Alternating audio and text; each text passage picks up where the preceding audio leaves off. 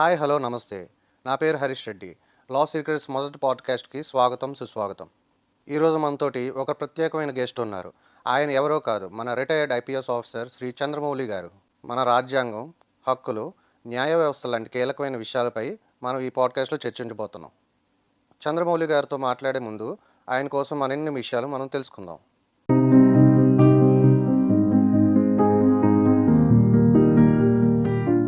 కలలు అందరూ కంటారు, కానీ కొద్ది మంది మాత్రమే దాన్ని నిజం చేసుకోగలరు. అటువంటి కోవకు చెందిన వారే మాజీ ఐపీఎస్ నల్లిపోగు చంద్రమౌళి గారు. నెల్లూరు వాస్తవ్యులైన నల్లిపోగు ఎర్రయ్య లేయమ్మలకు 1953 జూన్ 10వ తేదీన పుట్టిన 9వ సంతానమే నల్లిపోగు చంద్రమౌళి గారు. చిన్నతనం నుంచి ఒక యూనిఫామ్ వేసుకునే ప్రభుత్వ ఉద్యోగం చెయ్యాలన్నది ఆయన కల. ఆ కలను నిజం చేసుకునే దిశగా ఆయన ప్రయాణం కొనసాగింది. 1975లో తిరుపతి వెంకటేశ్వర విశ్వవిద్యాలయంలో నల్లిపోగు చంద్రమౌళి గారు ఎంకామ్ చేశారు. అదేవిధంగా 2013లో ఎంబీఏని కూడా పూర్తి చేయడం జరిగింది.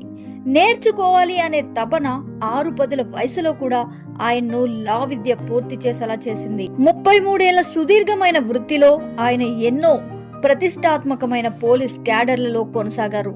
ముఖ్యంగా కరీంనగర్లో యాంటీ ఎక్స్ట్రీమిస్ట్ ఆపరేషన్స్ వింగ్ కు అడిషనల్ ఎస్పీగా, Warangal police recruits school principal గా, AP power generation corporation Hyderabad కు చీఫ్ సెక్యూరిటీ ఆఫీసర్ గా, విశాఖపట్నం మెరైన్ పోలీస్ విభాగం డిఐజీగా, AP Hyderabad protection of civil rights ఐజీపీగా, ఇంకా మరెన్నో విధులను తనదైన శైలిలో నల్లిపోగు చంద్రమౌళి గారు నిర్వహించారు.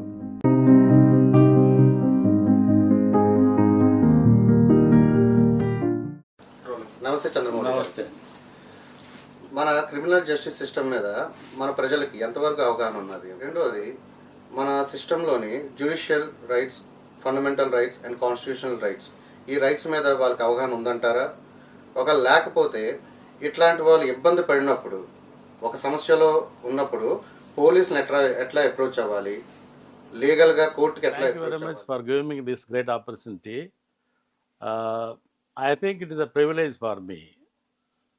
Having served police department for 33 years, I have come across people, both educated and employed people. They don't have basic knowledge about criminal justice system. అంటే క్రిమినల్ జస్టిస్ సిస్టమ్ అంటే ఏంటంటే police, prosecution, judiciary and prison system. Sir, number 2, మనకి supreme law of the land is a constitution of India. So all government institutions, all government organizations, all agencies or any law has to conform to the principles and norms of Constitution of India. Sir, so ఆ కాన్స్టిట్యూషన్లో సిటిజన్స్కి, non సిటిజన్స్కి fundamental rights ఉన్నాయి, constitutional rights ఉన్నాయి, legal rights ఉన్నాయి.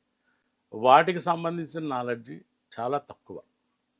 Number 3, మన criminal laws ఉన్నాయి, like criminal procedure code.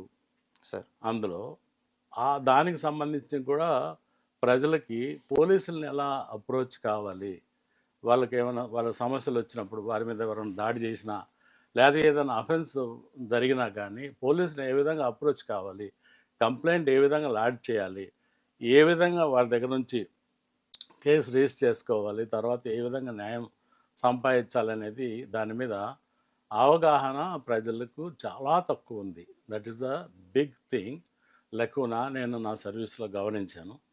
ఆ ఉద్దేశంతోనే ఈ సిటిజన్స్కి, నా తోటి సిటిజన్స్కి వీటి మీద అవగాహన కల్పించడం నా బాధ్యత అని నేను అనుకుంటున్నాను. ఒక చిన్న మనవి సార్, మన ప్రేక్షకుల్లోని చదువుకున్న వాళ్ళు చాలా మంది ఉంటారు, అట్లా చదువు లేని వాళ్ళు కూడా ఉంటారు.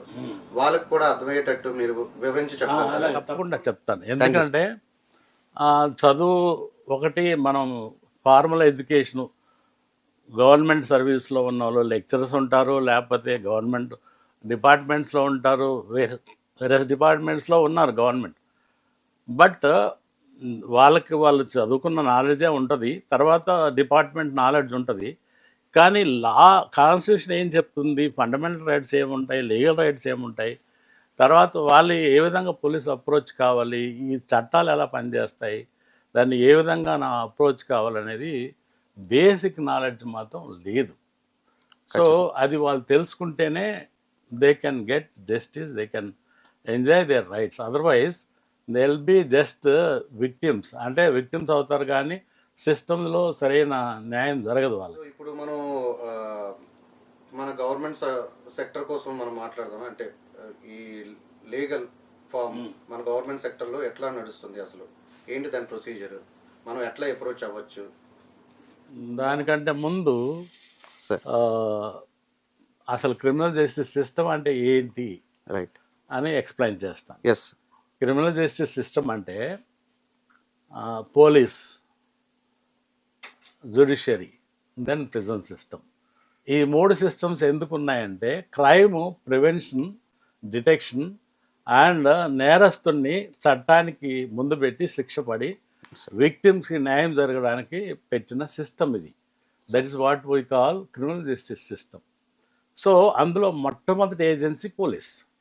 Police is the most powerful, influential organisation with lot of powers.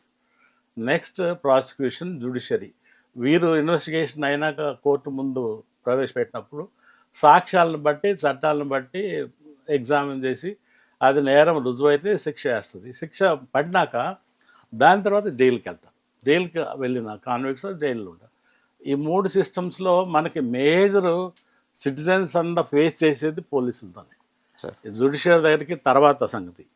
First of all police దగ్గరికి అప్రోచ్ అవ్వడము, కంప్లైంట్ లాడ్జ్ చేయడము, ఈ దీంతోనే వీళ్ళకి ప్రాబ్లం వస్తుంది. కాబట్టి వీరికి ఉన్న రైట్స్ ఏంటి, అసలు మన కాన్స్టిట్యూషన్ ఏం చెప్తుంది? మన కాన్స్టిట్యూషను పెద్ద this is the basic law of the country. So that is the supreme law of the country.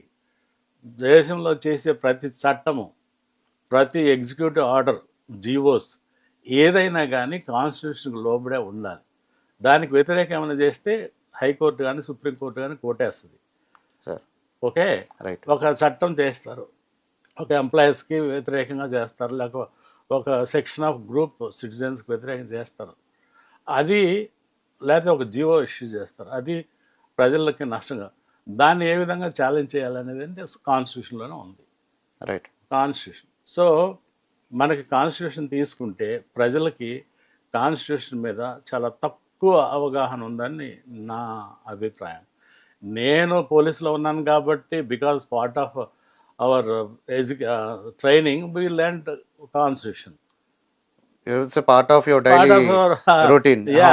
కాబట్టి నేర్చుకున్నాం. కానీ అందరికీ అంత ఎక్స్పోజర్ ఉండదు. రైట్. ఓకే. సో నేను will start with constitutional rights, fundamental rights and legal rights. Then will go to police. Right sir. అయితే మనం first constitutional rights కోసం మాట్లాడుకుందాం. Yes. Right. So when it comes to constitution of India,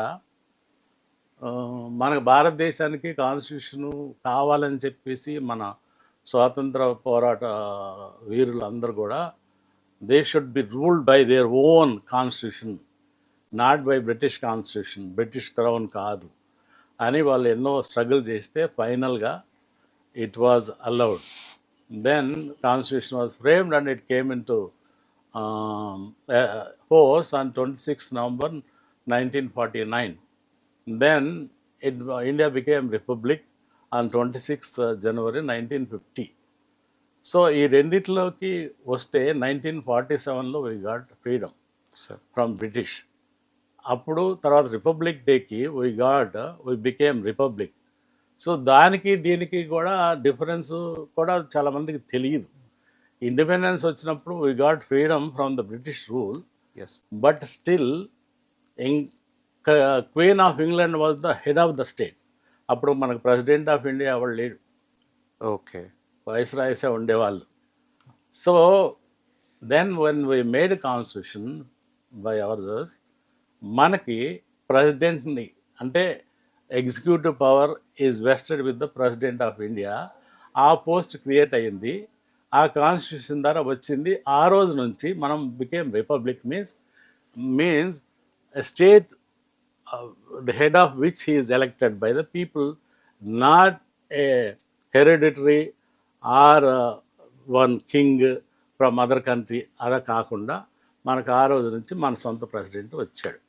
so అది republic అయింది. So అప్పుడు అందులో బేసిక్గా ఉన్న వాటిల్లో ఫండమెంటల్ రైట్స్ అని ఒకటి major part 3 of constitution deals with fundamental rights. Fundamental rights ఎందుకు ఇంపార్టెంట్ అయినాయంటే స్వాతంత్రం పోరాటంలో ఉన్నప్పుడు మాట్లాడడానికి హక్కు లేదు, లేదా అజిటేట్ చేయడానికి హక్కు లేదు, సార్ లేకపోతే అరెస్ట్ చేస్తే వాళ్ళకి ఏమి ఏ హక్కులు ఉంటాయో తెలియదు. ఇవన్నీ కూడా freedom of speech, freedom of expression, religious freedom ఇలాంటివి ఏమీ లేవు. అలాంటప్పుడు కాన్స్టిట్యూషనల్ ఫ్రేమర్స్ అందరూ కూడా ఒక ఆల్మోస్ట్ 2.5 years కూర్చొని కాన్స్టిట్యూంట్ అసెంబ్లీలో వాళ్ళు డిబేట్ చేసి అందులో doctor B R Ambedkar was the chairman of drafting committee. అందులో వేరియస్ కమిటీస్ ఫామ్ అయ్యి వాళ్ళు అంతా డిబేట్స్ అయిపోయినాక ఫైనల్గా కాన్స్టిట్యూషన్ వచ్చింది. అందులో fundamental rights is major. Fundamental రైట్స్లో మనకి ఏంటంటే fundamental rights are guaranteed by the constitution. Article 32 of the Constitution, Article 226 of the Constitution says, if there is a violation of fundamental rights, you can approach Supreme Court or you can approach High Court. Aims and objectives of the Constitution. ఎందుకు ఈ constitution, ఎవరు చేశారు, what we wanted from the constitution sir అనేది ప్రియాంబుల్లో చెప్తుంది. So అందులో ఇంకొకటి ఏంటంటే I urge all the citizens to by heart the preamble of Indian Constitution. Yes. We the people of India having solemnly resolved అని read అవుతుంది. So ఈ constitution ఎందుకు frame చేస్తున్నాము, what we want to achieve అనేది అందులో రాస్తున్నారు. So we want to people want to constitute India into a sovereign, socialist, secular, democratic republic కింద form చేయాలనుకుంటున్నాం.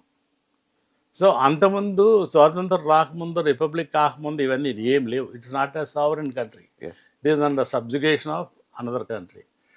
సో అది తర్వాత next what we want to achieve for the people, justice, social, economic, political, liberty of thought, expression, faith and worship, then equality of status and opportunity. So next, how many parts are there అనేది, తర్వాత fundamental rights అనేది, తర్వాత fundamental duties కొత్తగా ఏర్పాటు చేశారు, తర్వాత constitutional rights, legal rights అని 3 రకాలు ఉన్నాయి. ఫండమెంటల్ రైట్స్ అంటే బేసిక్గా freedom of speech and expression, right to live, right to form associations, right to move and settle down in any part of India, or religious rights, cultural rights. ఈ తర్వాత right against exploitation, right to life and personal liberty, ఇవన్నీ fundamental rights. ఇందులో మనకి పోలీసుకు వచ్చేటప్పటికి మేజర్గా even supreme court కానీ high court కానీ డీల్ చేసిన ఫండమెంటల్ రైట్స్ వైలేషన్లో right to life and personal liberty are more important and they are more violated. For example, police on suspicion arrest some person and they detain him. According to Constitution of India and also CRPC provisions, a person who is arrested has to be informed of the grounds of his arrest and his friend or relative have to be there present and he should be allowed to engage one lawyer. Number 2, grounds తర్వాత 24 hours of arrest it should be produced before the judicial magistrate. Police can't keep. So if they keep beyond 24 hours, it's become illegal. So that is what is a big problem with the present system. నాకు ఇప్పుడు doubt ఉన్నది.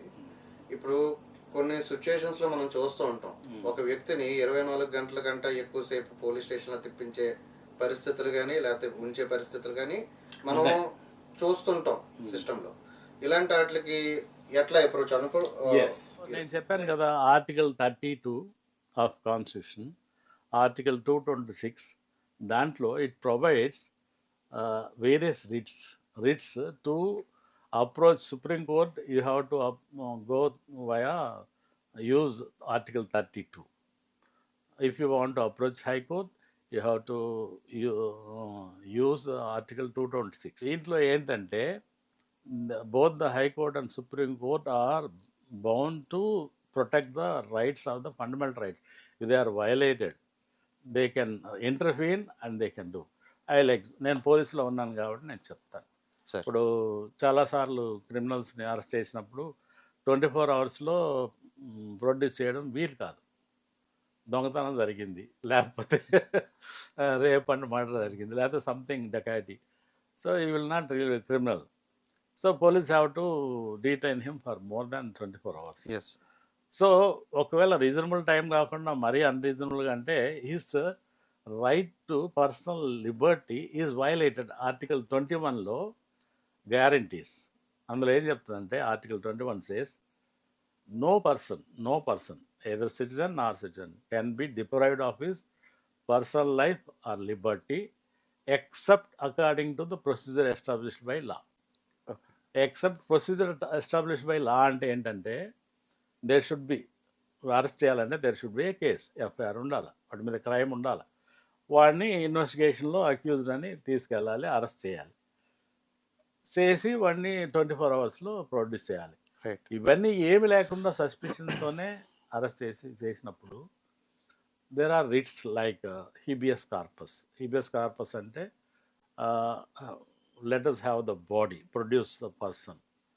Supreme court కానీ high court కానీ produce చేయమంటుంది person. Sir so they will give directions to writ of habeas corpus to the police chief. అంటే for example Visakhapatnam commissionerate అనుకోండి, విశాఖపట్నం కమిషనర్కి ఇస్తుంది, డీజీకి ఇస్తారు, హోమ్ సెక్రటరీకి ఇస్తారు to produce him in the high court. And if he is involved in any case that also should be shown in the high court. ఎందుకు arrest చేశారు, లేకపోతే లీగల్ ఉందా, లేకపోతే ఊరికే అరెస్ట్ చేశారు, ఎందుకు డీటైన్ చేశారు అని చెప్పేసి ఇది ఎనీ సిటిజన్ కెన్ అప్రోచ్. అంటే ఇప్పుడు a person is arrested, detained for 4-5 days. So అతని వేరబౌట్స్ ఆర్ నాట్ నోన్.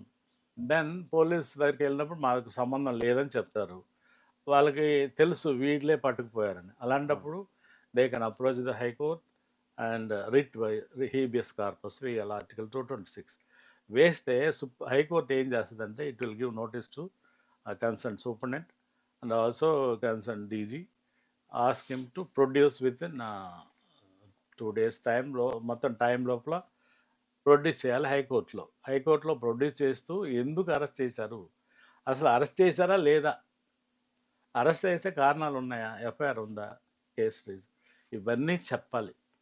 ఒకవేళ మేము అరెస్ట్ చేయలేదంటే court will ask him to trace him. Okay అంటే personal life, liberty at risk. So article 21 is violated. So this is one article which empowers citizens and also non-citizens to approach the High Court to save their personal liberty and life. ఇప్పుడు మన దేశంలోని right to equality, right to freedom అనేది ఎంతవరకు అమల్లో ఉన్నది? అంటే అమల్లో ఉన్నది అని తెలుసు, కానీ ఎంతవరకు ప్రత్యక్షంగా పాటిస్తున్నారు ఇదంతా? So there are certain freedoms. Right to freedom of speech and expression. Freedom of speech and expression అంటే ఏంటనంటే మాట్లాడడమే కాదు, రైటింగ్ కూడా. Sir writing articles, sir criticising government policies, లేకపోతే యూట్యూబ్లో రిలీజ్ చేసి పలానా గవర్నమెంట్ పాలసీ సరిగా లేదు ఇంప్లిమెంట్ చేయడం. These are all right to express their opinions, right to freedom of speech and expression. అలాగే రైట్ టు ఈక్వాలిటీ అంటే equality of opportunity and equal protection of laws. అంటే ఒక చట్టం ఉంటే ఒక సెక్షన్కి ఒక రకంగా, ఇంకొక సెక్షన్కి ఒక్కొక్క రకంగా కాదు, అందరికీ సమానంగా ఉండాలి. This should not be based on discrimination అంటే వాళ్ళకు ఒక తేడా, రిలీజను, రేసు, క్యాస్టు, ప్లేసు, వీటన్నిటికీ వీటన్నిటి మీద బేస్ చేసి ఈక్వాలిటీ ఉండకూడదు. ఇట్ షుడ్ బి బేస్ ఈక్వల్గా ఉండాలి. సార్ తర్వాత పబ్లిక్ ఎంప్లాయ్మెంట్లో అందరికీ ఈక్వాలిటీ పబ్లిక్ ఎంప్లాయ్మెంట్లో ఉంది, కానీ this has become a big controversy because of reservations. అవును సార్. ఎందుకంటే ఈక్వాలిటీ ఆపర్చునిటీ ఎక్కడుంది? There is reservation of 7.5% for STs, 15% for ఎస్సీస్ అండ్ 29% ఫర్ బీసీస్. సో దాంతో ఫైనల్గా ఒక 50% మాత్రం ఓపెన్ కేటగిరీకి వస్తుంది. కాబట్టి దీని మీద కూడా భారతదేశంలో ఎన్నో అజిటేషన్ జరిగినాయి, రిజర్వేషన్కి వ్యతిరేకంగా జరిగినాయి, రిజర్వేషన్ వద్దని చెప్పారు. కానీ మొదట్లో రిజర్వేషన్ కొంతకాలమే ఉంచాలనుకున్న కాన్స్టిట్యూషనల్ ఫ్రేమర్స్కి వస్తూ ప్రజల్ని ఇంకా వాళ్ళ కంట్రోల్లో పెట్టుకోవాలనే ఉద్దేశం ఆ రిజర్వేషన్ కంటిన్యూ చేస్తూనే ఉన్నారు. దట్ హ్యాస్ ఒకనొక టైంలో భారతదేశం అల్లకల్లోలమైంది. అంటే there was riots against reservation. So public ఎంప్లాయ్మెంట్లో ఆపర్చునిటీస్లో డిస్క్రిమినేషను ఉండకూడదు అనేది ఉంది. కానీ సుప్రీంకోర్ట్స్ ఇవన్నీ డీల్ చేసి రీజనబుల్గా ఉంటే పర్వాలేదు అని జడ్జిమెంట్స్ ఇచ్చాయి. తర్వాత అబాలిషన్ ఆఫ్ అన్టచబిలిటీ దానికి సంబంధించి ఒక చట్టం చేశారు, prevention of atrocities against SC STs. So ఆ విధంగా అన్టచబిలిటీ మీద, ఫర్ ఎగ్జాంపుల్ విలేజ్కి పోయినప్పుడు if STs Harijans they can't walk in the main roads of the upper caste people, they can't take water in the wells of common. ఇప్పుడు ఇదంతా if you want to go back, I remember life of Dr. Ambedkar. Mahad tank అని మహారాష్ట్రలో అది common tank was there and people use to take water, upper caste people.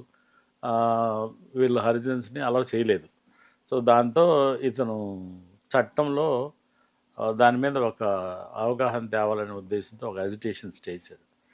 ఈ టుక్ ఎ March to Mahad tank వెళ్ళి అందరూ అక్కడ హరిజన్స్ నీళ్ళు తాగారు. దాంతో అప్పుడు పురోహితులందరూ ఇదంతా చెడిపోయిందని దాన్ని అంతా పూజలు చేసి కడిగేసి పేడ అవన్నీ పెట్టి చేశారు. దాని మీద it became big issue in Maharashtra assembly. So Maharashtra అసెంబ్లీలో దానికి అనుకూలంగా, అంటే అందరికీ బిఫోర్ ఇండిపెండెన్స్ అంటే కాన్స్టిట్యూషన్ ఫ్రేమర్స్కి ఈ హిస్టరీ అంతా ఒక బ్యాక్గ్రౌండ్, వాళ్ళ పడిన స్ట్రగుల్ని బట్టి ఇవన్నీ వచ్చాయి మనకి.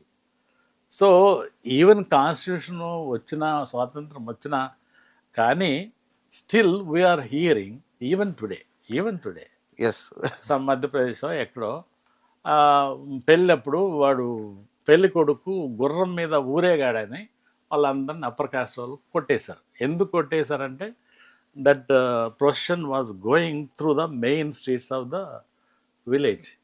They don't want some upper caste village. Village is for everyone. upper caste street లో వెళ్ళారని డ్రమ్స్. సో దాంతో వారిని కొట్టేశారు. So even today it is happening.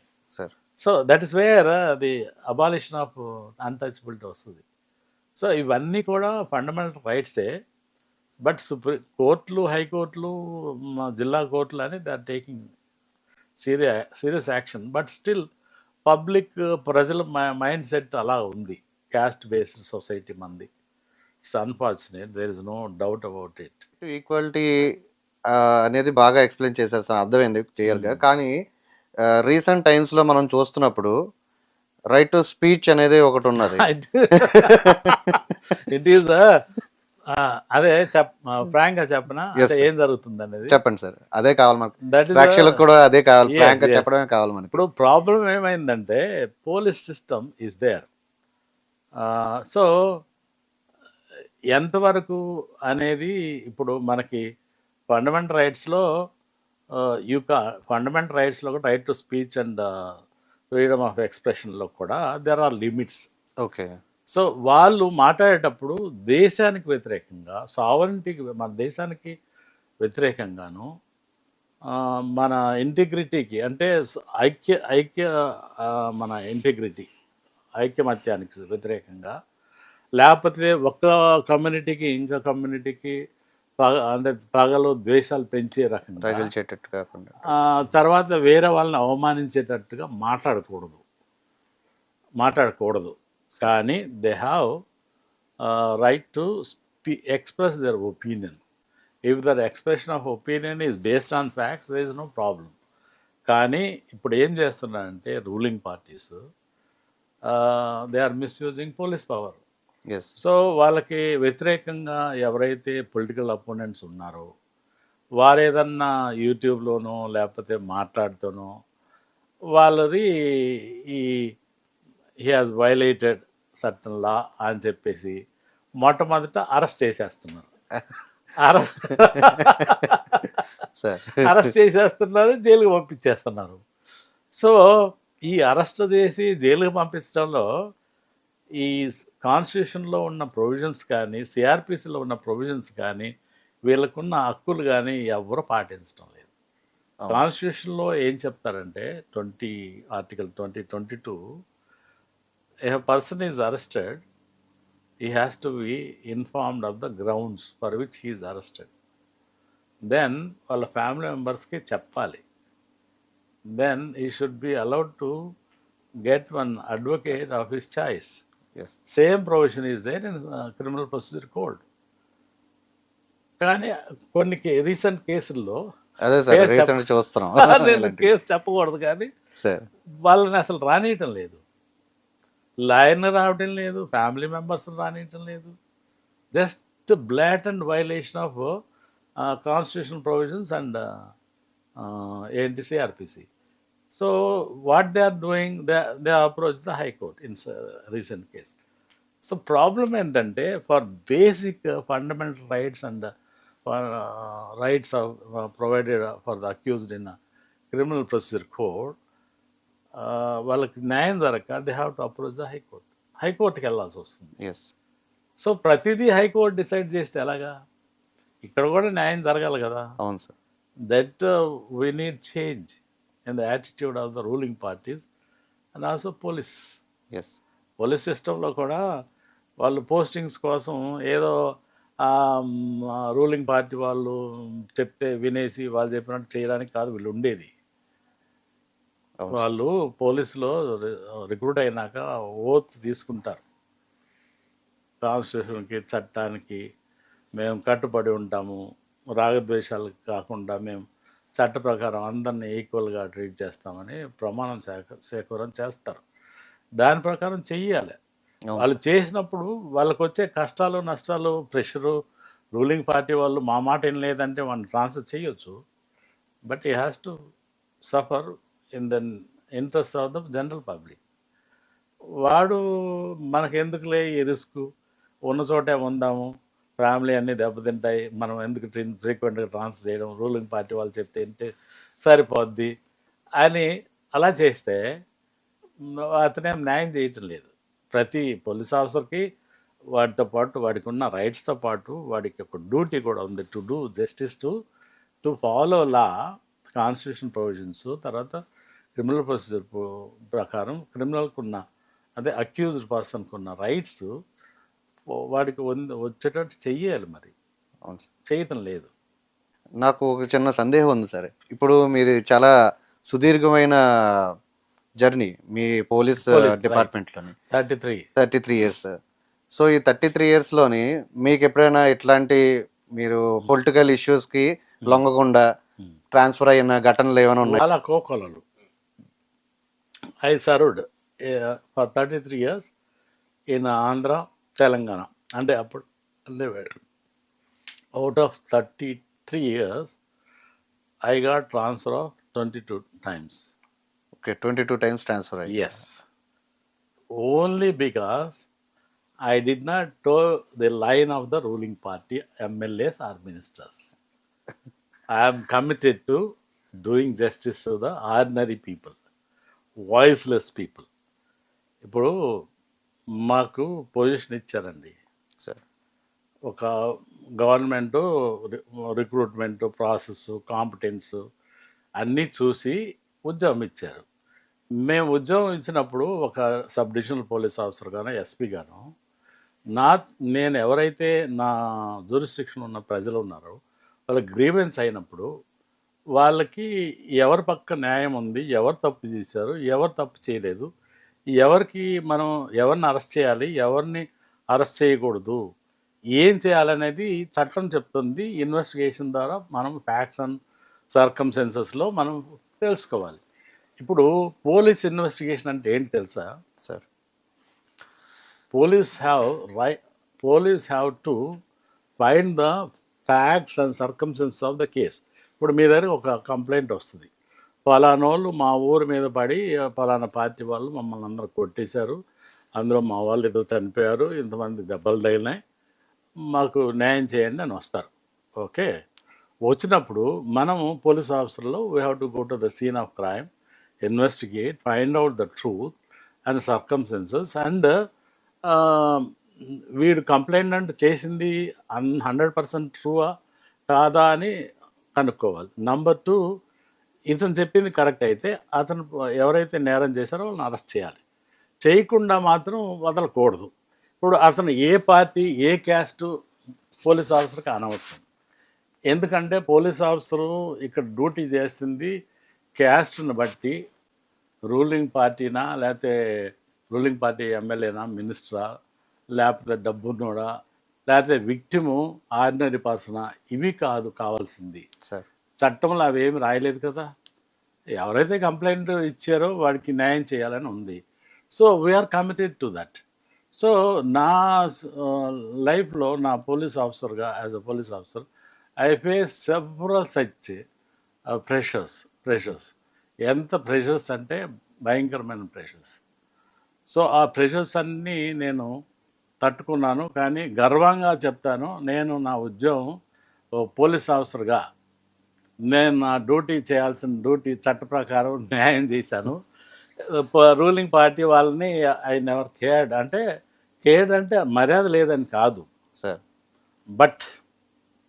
మర్యాద లేదని కాదు, బట్ వాళ్ళు చెప్పేది తప్పు అయినప్పుడు వాళ్ళ మాట నేను విన్నప్పుడు వాళ్ళకి నా మీద కోపం వచ్చి నన్ను ట్రాన్స్ఫర్ చేయాలని చేశారు. అంటే ఈ జిల్లాల పేర్లన్నీ చెప్పడం వేస్ట్ కదా. అవును సార్. సో ఒక జిల్లాలో పనిచేస్తున్నప్పుడు ఒక రూలింగ్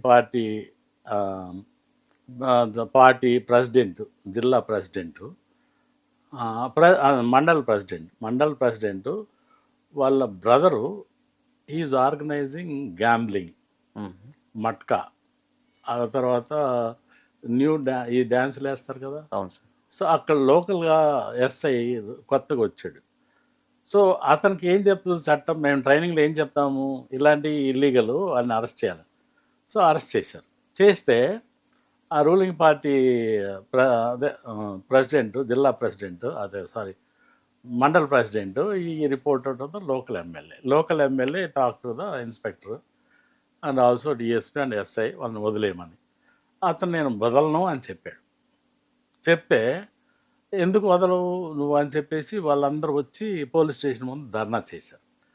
సో నాకు తెలిసింది ధర్నా చేసిన అరెస్ట్ అయితే చేయాల్సిందే అని చెప్పి arrest చేయించేసాం.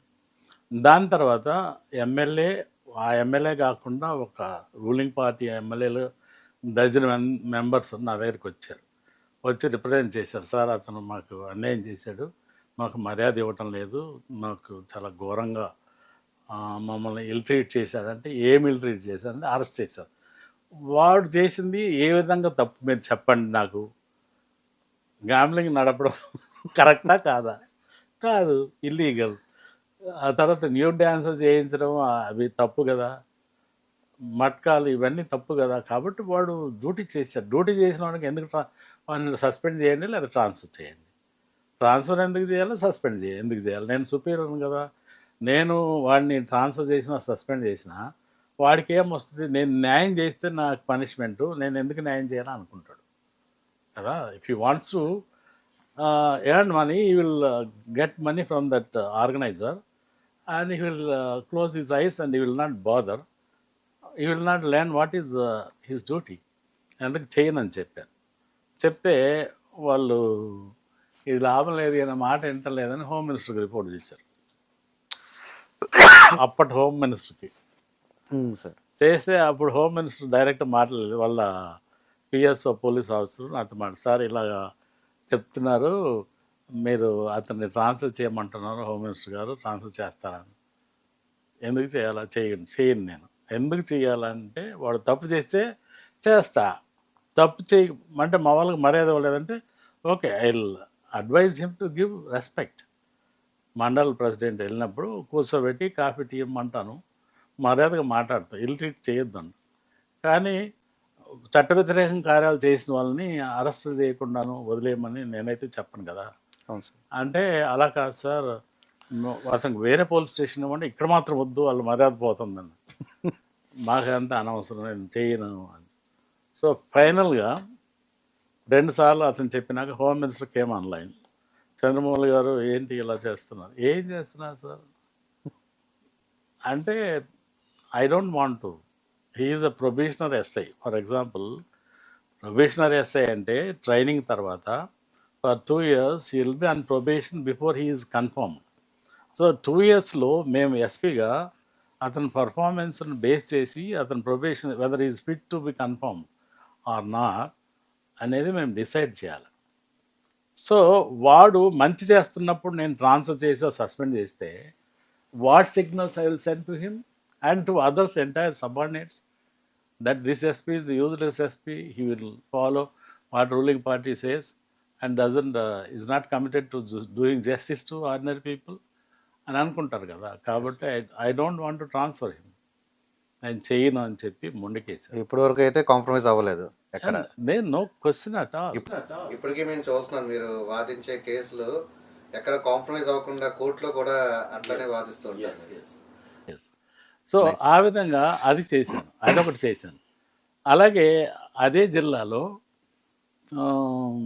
2 ruling party and opposition పార్టీలు కొట్లాడుకుంటే ఇటు పక్క దెబ్బలు తగిలినా అటు పక్కలో దెబ్బలు తగిలిన. సో వీళ్ళు రూలింగ్ పార్టీ వాళ్ళు ఏం ఎక్స్పెక్ట్ చేస్తారంటే, వీళ్ళ మీద కేసు పెట్టకుండా వీళ్ళు వేరే వాళ్ళని కొట్టారైతే వాళ్ళ మీదే కేసు పెట్టమంటారు, వీళ్ళని అరెస్ట్ చేయొద్దంటారు, వీళ్ళ మీద కేసు పెట్టొద్దంటారు.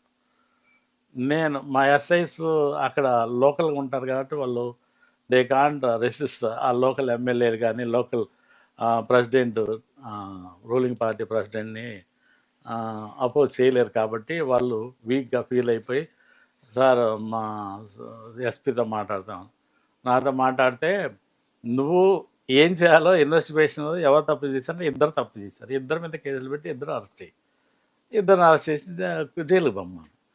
సో రూలింగ్ పార్టీ వాడికి భయంతో రూలింగ్ పార్టీ వాళ్ళని అరెస్ట్ చేయకుండా అపోజిషన్ పార్టీ వాళ్ళని అరెస్ట్ చేసి జైలుకి పంపించారు. నేను కూడా వెళ్ళాను హాస్పిటల్కి. ఇంజూర్డ్ పర్సన్స్ ఉన్నారు 2 వైపులా. సో 2 వైపులా కేసులు కట్టారు కానీ రూలింగ్ పార్టీ వాళ్ళని అరెస్ట్ చేయలేదు. సో నేనేం చేశానంటే, వాళ్ళని ఎందుకు అరెస్ట్ చేయలేదు, వీళ్ళని ఎందుకు అరెస్ట్ చేశారు, ఇద్దరికి అరెస్ట్ చేస్తేనే కదా పోలీసులు ఇంపార్షియల్గా ఉంటారు అనుకుంటాను. అలాగా సార్ ఎమ్మెల్యే అలా చెప్తున్నాడు, రూలింగ్ పార్టీ ప్రెసిడెంట్ ఇలా అంటున్నాడు అంటే, అదంతా కాదు, నువ్వు అరెస్ట్ చేయని చెప్తే అప్పుడు లోకల్ మినిస్టర్ నాకు ఫోన్ చేశాడు, చంద్రమౌళి గారు మా వాళ్ళకి కొంచెం టైం ఇవ్వండి, అదేదో పండగ వస్తుంది 2 రోజుల్లో, దాని తర్వాత సరెండర్ అవుతారు అని. నేను అన్నాను, సార్ మీరు ఇలాంటి రికమెండ్ చేయొద్దు, ఎందుకంటే ఇప్పటికే కొట్లాట అయ్యి లాండ్ ఆర్డర్ ప్రాబ్లం చాలా భయంకరంగా ఉంది. అక్కడ మేము పికెట్స్ పెట్టాం, పోలీస్ బందోబస్తు పెట్టాం 24 hours, మళ్ళీ కొట్లాట జరగకుండా. ఒక అపోజిషన్ పార్టీ వాళ్ళని అరెస్ట్ చేసాం, రూలింగ్ పార్టీ వాళ్ళని అరెస్ట్ చేయకపోతే మేమేమి న్యాయం చేసినట్టు అవుతాం. తర్వాత మీరు చెప్పే పండగ 2 రోజుల్లో ఉందంటున్నారు, పండగ అప్పుడు ఏం చేస్తారు, జనరల్ పబ్లిక్ తాగుతారు, మళ్ళీ ఇవన్నీ రైజ్ అవుతాయా, మళ్ళీ కొట్లాడుకొని చంపేసుకుంటే ఏం చేస్తాం, అప్పుడు నన్ను బ్లేమ్ చేస్తారా, మిమ్మల్ని కూడా బ్లేమ్ చేస్తారు. కాబట్టి అది జరిగేది కాదు, ఐ విల్ నాట్ యాక్సెప్ట్ అని మా వాళ్ళకి చెప్పాను. ఇప్పుడే పంపించేయనరా జైలుకని పంపించారు. సార్ ఇప్పుడు మనకి right to freedom of religion మన ఇండియాలో ఎంతవరకు ఇంప్లిమెంట్ అవుతుంది? Okay, good question. మనకి కాన్స్టిట్యూషన్లో ఫండమెంటల్ రైట్స్లో part of fundamental rights articles 25 to 28 deal with right to religious freedom. So ఆ రిలీజియస్ ఫ్రీడమ్ ప్రకారము ప్రతి రిలీజన్కి they have the right to establish their own institutions of education, and also right to freedom of profession, propaganda and practice. అంటే ప్రతి మతానికి వారి యొక్క మతాన్ని గురించి బోధించుకోవడానికి, ప్రచారం చేసుకోవడానికి వాళ్ళకి ఫ్రీడమ్ ఉంది, ప్రతి ఒక్కరికి ఉంది. అలాగే వాళ్ళ రిలీజియస్ అఫైర్స్ ప్రకారం వాళ్ళు ఏమన్నా ఎడ్యుకేషన్ ఇన్స్టిట్యూషన్స్ అవి నడపచ్చు. మన ఫ్రీడమ్ ఆఫ్ రిలీజియన్స్లో ప్రాపగేషన్ అంటే ప్రచారం, అవును. ప్రాపగేషను వచ్చేటప్పటికి, తర్వాత ప్రాక్టీస్కి వచ్చేటప్పటికి people are facing, especially minorities are facing problems in India. I have come across, నా సర్వీస్లో నేను చూశాను. ఫర్ ఎగ్జాంపుల్, ఒక కరీంనగర్లో ఉన్నప్పుడు some pastors, they on the streets they were preaching gospel and also distributing Bible. So this is part of propagation. Right. But they were beaten up, Bibles were burnt and they were beaten up. So నా దృష్టికి వచ్చింది, చెప్తే it's violation of fundamental rights, తర్వాత case register చేయండి అని నేను case register చేయించాను. చేస్తే అప్పుడు ఈ రిలీజియస్ గ్రూప్స్ అందరూ మా ఆఫీస్ మీదకి వచ్చి ధర్నా చేశారు. He is supporting minorities, he is supporting majority, opposing అంటే that is not fact. Fact ఏంటంటే everyone has a right to propagate religion. అంటే నువ్వు నమ్ముకున్న నా మతాన్ని నాకు ఈ దేవుడు మేలు చేశాడు, మీరు కూడా నమ్ముకోండి అని చెప్తారు. కానీ they don't have right to criticise the other gods. అది చేయకూడదు. But they can say what their god has done. అలాగే ఇంకొక విలేజ్లో కూడా this similar incident happen. When he is preaching, his house was burned, he was beaten up. So local police officers kept quiet. Sir, ఇటువంటి సన్నివేశాలు జరిగినప్పుడు లీగల్గా వాటిని ఎలా ఎదుర్కొంటారు? So if their local police officers don't respond properly, they have the approach, they can, CRPCలో కూడా ఉంది, they have a right to approach the superior officers like superintendent and give a complaint that this is what has happened, the local police officers have failed to do any action, take action. అంటే సిఆర్పిసిలోనే మనకి చట్టం చెప్తుంది, the superintendent has to get it enquired by himself are his subordinates and do justice అనేది ఉంది. కాబట్టి every citizen who is affected by such violation has a right to, for example city అయితే commissioner, లేకపోతే జిల్లా అయితే SP దగ్గరికి వెళ్ళి approach అయ్యి కంప్లైంట్ ఇచ్చి న్యాయం చేసుకునే అధికారం, రిలీఫ్ ఉంది. Even after approaching police superior office there is no relief, there is no justice. They have right to directly approach the magistrate. Magistrate దగ్గర కంప్లైంట్ ఇస్తే magistrate will direct the police to investigate. This provisions are there in CrPC. Sir, ఇప్పుడు fundamental rights, legal rights, constitutional రైట్స్కి మూడిటికి differences, తేడా ఏంటో చెప్పగలుగుతారా? Certainly. మనకి fundamental రైట్స్లో part 3 of the constitution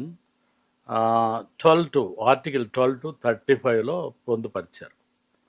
right to freedom, right to equality, right to religion, constitution remedies, తర్వాత cultural rights, ఈ విధంగా ఉన్నాయి.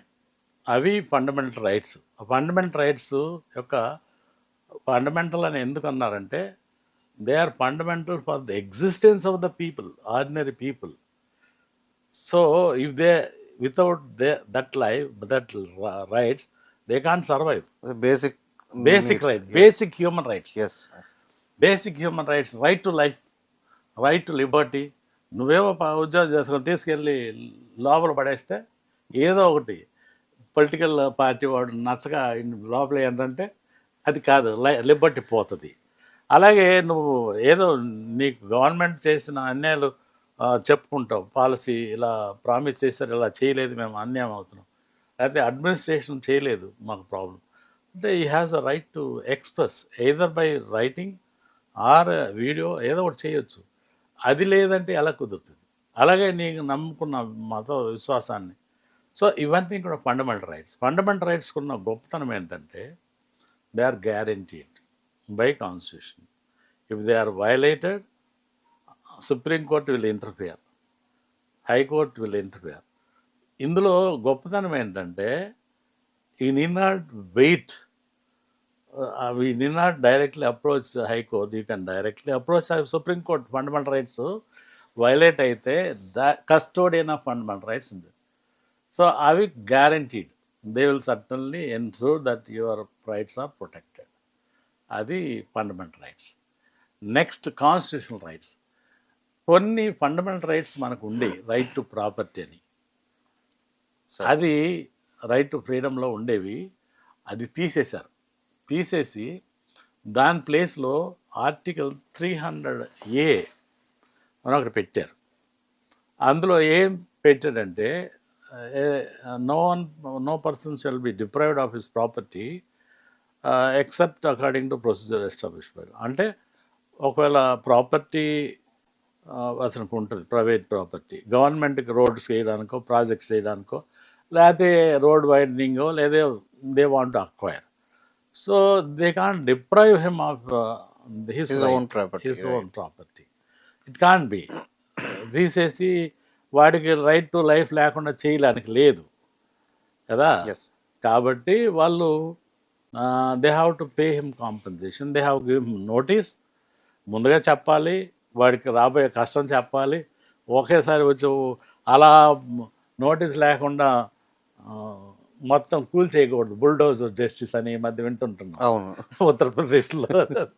Without notice, without anything, they are just demolishing. అది కూడా చెప్పాలంటే బిగ్ కాంట్రవర్సీ ఇప్పుడు. సో ఇది కాన్స్టిట్యూషనల్ రైట్స్. సో ఇవి కూడా అంటే సార్ ఇది ఒక point, they are violated also you can approach high court. మీరు చెప్తున్నారు కదా డిమోలిషన్ అవన్నీ, మన హైదరాబాద్లో జరిగింది కదా హైడ్రా. సో అది ఎంతవరకు కరెక్ట్ అంటారు? అంటే జనాలు అంటే ఇప్పుడు the buildings which are within the city limits according to rules ప్రకారము చేయకుండా వైలేట్ చేసి కొన్ని జోన్స్, తర్వాత వాటర్ బాడీస్ ఉన్నప్పుడు ప్రొటెక్ట్ చేయాలని ఉంది. ఆ వాటర్ బాడీస్ వాటిని ఎంక్రోచ్ చేసిన ల్యాండ్స్ అవి కొంతమంది ఆర్డినరీ సిటిజన్స్ తెలియకుండా ఈ అపార్ట్మెంట్ వాళ్ళు, రియల్ ఎస్టేట్ వాళ్ళ చేతిలో పడిపోయి కోట్లు పెట్టేస్తే వాళ్ళు ఇవన్నీ వైలేషన్స్ పట్టించుకోకుండా ట్యాంక్ బెడ్ మీద వాటి ఉన్నది అవి కొన్ని టర్మ్స్ అందులో కట్టేశారు. అది illegal. So government has the right to demolish them, అందులో డౌట్ ఏం లేదు. రైట్. కానీ నీ సొంత ప్రాపర్టీని డిమాలిష్ చేయాలంటే నీకు నోటీస్ ఇవ్వాలి, కాంపెన్సేషన్ ఇవ్వాలి. రైట్. అంటే ఫర్ ఎగ్జాంపుల్ రోడ్స్, ఇప్పుడు ఫర్ ఎగ్జాంపుల్ మా ఇల్లు ఉంది మిదిలాపూర్ కాలనీ, వాడు రోడ్ వైడింగ్ అని సర్వే చేసి ఫస్ట్ గోడ అంత పోద్ది, డోర్ దాకా వస్తుంది అని చెప్పి మాకు చెప్పాడు. నేను immediately I went to high court. చెప్పి ఇదంతా మాకు రోడ్డు, మాకు వడావాళ్ళు ఇచ్చిన ల్యాండ్ ఇది, వడావాళ్ళు ఇచ్చినప్పుడు అది 40 feet రోడ్డు, ఇప్పుడేమో 80 feet చేశారు, ఇంకా పెంచుతామంటారు. సో అప్పుడు ప్లాన్లో ప్రకారం మేము అప్రూవల్ తీసుకొని కట్టాము. ఇప్పుడు నువ్వు కొత్త ప్లాన్ మార్చేసి ఇది పడేస్తానంటే నాకు రైట్ టు లైఫ్ పోతుంది. సో అక్కడ వాటర్ సోర్సెస్ పోతుంది, will be just living on the road side. అంటే మా ఇల్లు డోర్ తీసిన వెంటనే హైవే మీదకి వచ్చేస్తుంది. అది కరెక్ట్ కాదని నేను అప్రోచ్ అయితే వాళ్ళు ask them to stop it. Right sir. Sorry, topic నేను డివియేట్ చేశాను. మనం దీని మీద మాట్లాడదాం సార్. లీగల్ లీగల్ రైట్స్ గురించి చెప్పలేదు కదా. రైట్. సో ఈ రెండు కాన్స్టిట్యూషన్లో ఉన్నాయి. ఏది fundamental rights and constitutional rights. Constitutional రైట్స్లో ఇంకొకటి ఉంది, ఆర్టికల్ 311. అంటే సివిల్ సర్వెంట్స్, స్టేట్ గవర్నమెంట్ కానీ సెంట్రల్ గవర్నమెంట్ కానీ వాడిని ఉద్యోగం నుంచి తీసేయాలంటే, సస్పెండ్ చేయాలన్నా, he should be given opportunity to be heard. అంటే నీ మీద ఈ తప్పు చేసావు, నిన్ను ఎందుకు సస్పెండ్ చేయకూడదు, నిన్ను ఎందుకు టర్మినేట్ చేయకూడదు అని ఒక షో కాజ్ నోటీస్ ఇవ్వాలి. Should be given. Then he should be allowed to speak his version. Why, what is the charge అంటే ఆడి ఆల్టమ్ పార్టమ్ అని ఉంది కదా, హియర్ ద అదర్ సైడ్. అంటే principles of natural justice. Principles of natural జస్టిస్లో మనకి ఫస్ట్ ప్రిన్సిపల్ ఏమో hear the other side and you can't be judge in your own case అనేది. సో ఇందులో అతను affected public servant, IAS officer కావచ్చు, లేకపోతే all India service officer కావచ్చు, state government service officer కావచ్చు, ఉద్యోగాలను తీసేయాలంటే నీ ఇష్టం కాదు. He has to be given opportunity to defend himself. అప్పుడు విన్నాక అది కరెక్ట్ కాదనుకుంటే అప్పుడు తీసేయచ్చు. That is also constitutional rights, it is given. Legal rights అంటే outside constitution there are so many acts like what is that, సిఆర్పిసిలో section 125 వైఫ్కి maintenance of herself and children if husband neglects or deserts the wife and fails to maintain herself, she has a right to approach the court and get maintenance, monthly maintenance from the salary or income from the husband. Similarly, old parents who are dependent upon the son, they also have the right to approach the court and get protection and monthly maintenance from the son. That is article section 125 సిఆర్పిసిలో ఉంది. Similarly మనకి ఏదైనా కానీ any other transfer of ప్రాపర్టీలో, sale of గూడ్స్లో సెల్లర్స్కి rights ఉన్నాయి, తర్వాత బయర్స్కి రైట్స్ ఉన్నాయి.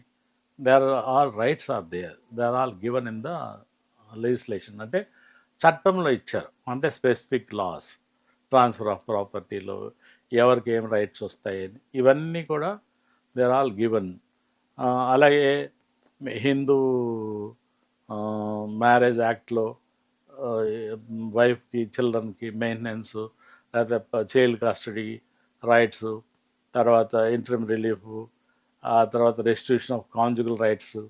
అంటే కాపురానికి వదిలి డిజర్ట్ చేసి కాపురానికి తీసుకెళ్ళకపోతే wife has a right, or wife or husband has a right to approach the court and get the right to conjugal rights. అంటే కాపురానికి తీసుకెళ్ళమనే హక్కు ఉంది.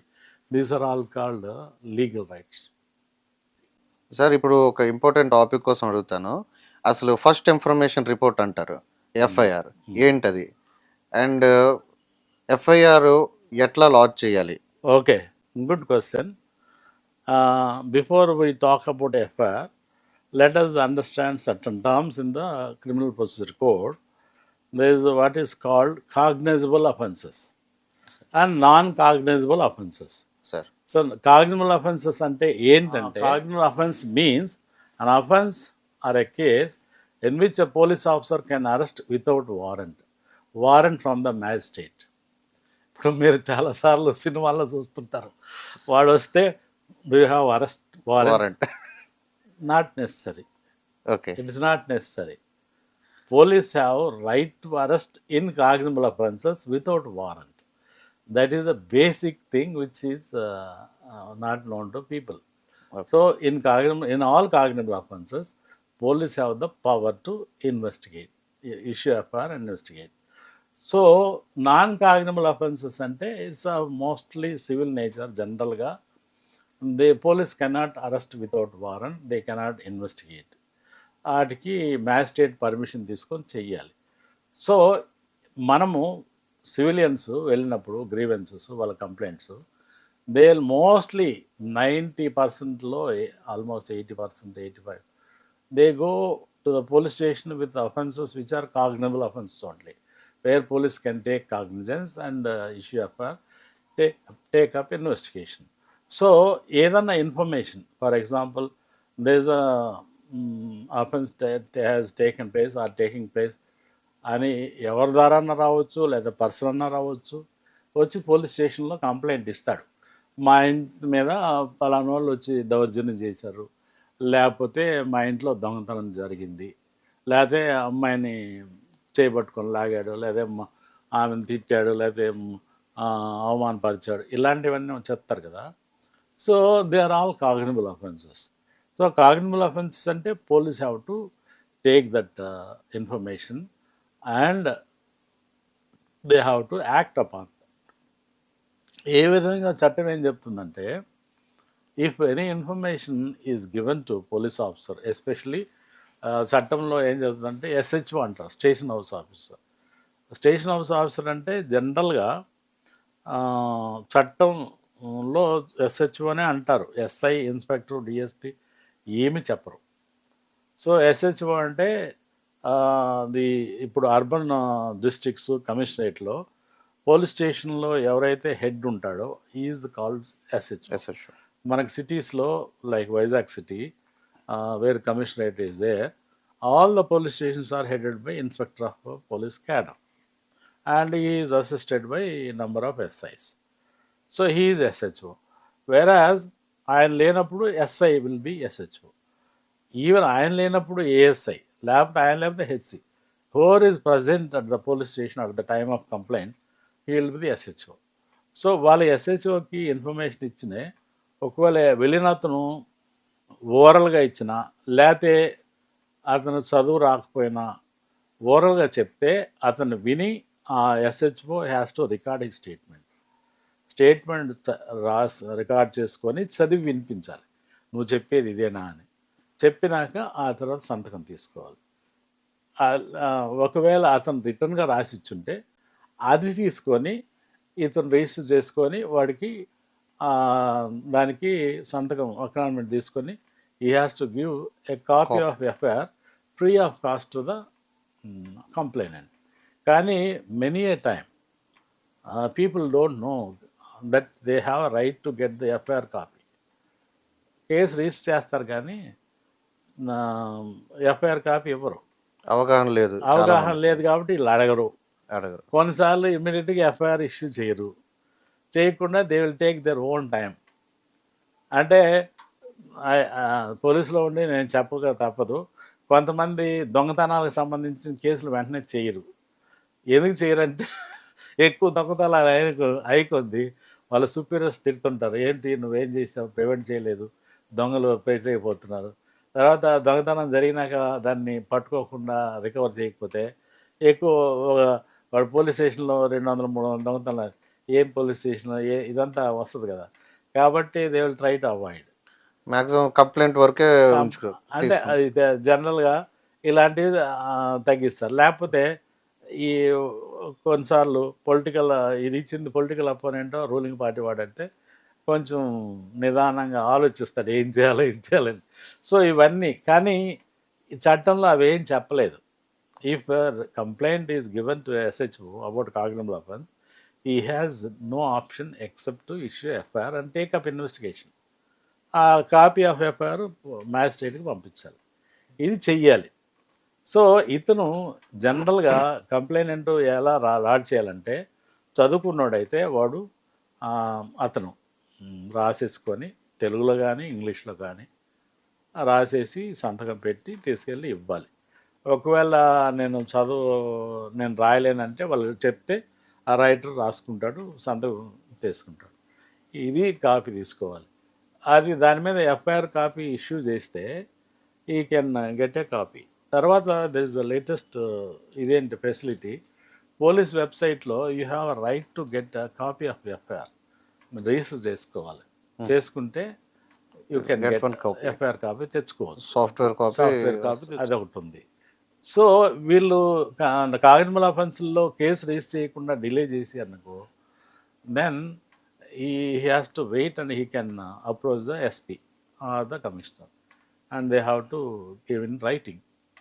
తర్వాత లేటెస్ట్ చట్ట ప్రకారము ఎలక్ట్రానిక్ మీడియా ద్వారా కంప్లైంట్ ఇవ్వచ్చు, లైక్ వాట్సాప్ ఇస్తే. కానీ వాట్సాప్ ఇస్తే should not keep quiet. Within 3 days you should approach the police station or commissioner or SP and sign it and give it. WhatsApp అంటున్నారు కదా, ఇప్పుడు జీరో ఎఫ్ఐఆర్ అని చెప్పి కొత్తగా. Zero FIR is a concept where, for example, ఒక అతను complaint ఇస్తాడు, there is a problem of jurisdiction. For example 4th town, దీనికి ఈ ఏరియాలో ఆ బార్డర్లో ఎక్కడో జరుగుతుంది, లేకపోతే అవుట్ సైడ్ ద స్టేట్ జరుగుద్ది, అవుట్ సైడ్ ద డిస్ట్రిక్ట్ జరుగుద్ది, but victim lives here. So he needs immediate relief like women. So అలాంటప్పుడు వీళ్ళ కేసు అయితే వీళ్ళు నంబర్ ఇస్తారు ఎఫ్ఐఆర్. అతను కానప్పుడు he has to issue an FIR, zero FIR, without numbering, and transfer it to the concerned police station or the district. That is what is called zero FIR. Proper jurisdiction కి transfer పంపించాలి, compulsory పంపించాలి. దానికి ఏమైనా time limitation ఉందా sir? లేదు, ఇమీడియట్గా చెయ్యాలి. వీరు చెప్పిన దాన్ని ఏదన్నా ఇక్కడ లోకల్గా ఎంక్వైరీ చేయాలంటే చేసేసుకొని ఆ రికార్డుతో పాటు పంపించాలి. చూసారుగా, చంద్రమౌళి గారు మనతో ఎన్నో తెలియని విషయాలు పంచుకున్నారు. తదుపరి ఎపిసోడ్లోని మరిన్ని ఆసక్తికరమైన విషయాలు మనం చర్చించుకుందాం. అంతవరకు టేక్ కేర్, బాయ్ బాయ్, నమస్తే.